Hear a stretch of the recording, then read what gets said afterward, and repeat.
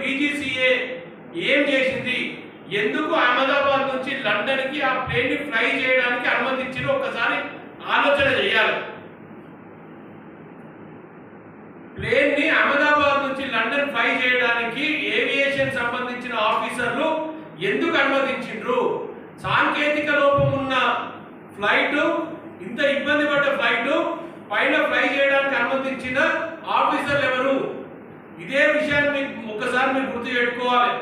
అప్పట్లో పొద్దున్న లేస్తే వీళ్ళు జవహర్లాల్ నెహ్రూతో పోటీ పడతారు, బీజేపీ ప్రభుత్వం కానీ ఎవరితోనే కానీ. బీజేపీ ప్రభుత్వంలో పెద్దలందరినీ ఒకటే విజ్ఞప్తి చేస్తున్నాం, మీరు జవహర్లాల్ నెహ్రూతో పోటీ పడతారు కదా.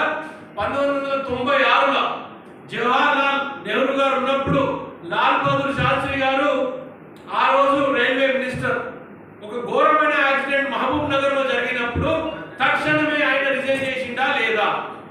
దానికి తోడుగా 2008 యూపీఏ గవర్నమెంట్ మన్మోహన్ సింగ్ గారి నాయకత్వాన శివరాజ్ సింగ్ పాటిల్ గారు ఆ రోజు కూడా బాంబులో జరిగినప్పుడు బాధ్యతగా ఆయన రిజైన్ చేసిండా లేదా? ఎందుకు అంత ఈజీగా తీసుకుంటే ఈ గవర్నమెంట్ అర్థమైతలేదు. పొద్దున్న లేచే చిన్న చిన్న విషయాల మీద మాట్లాడే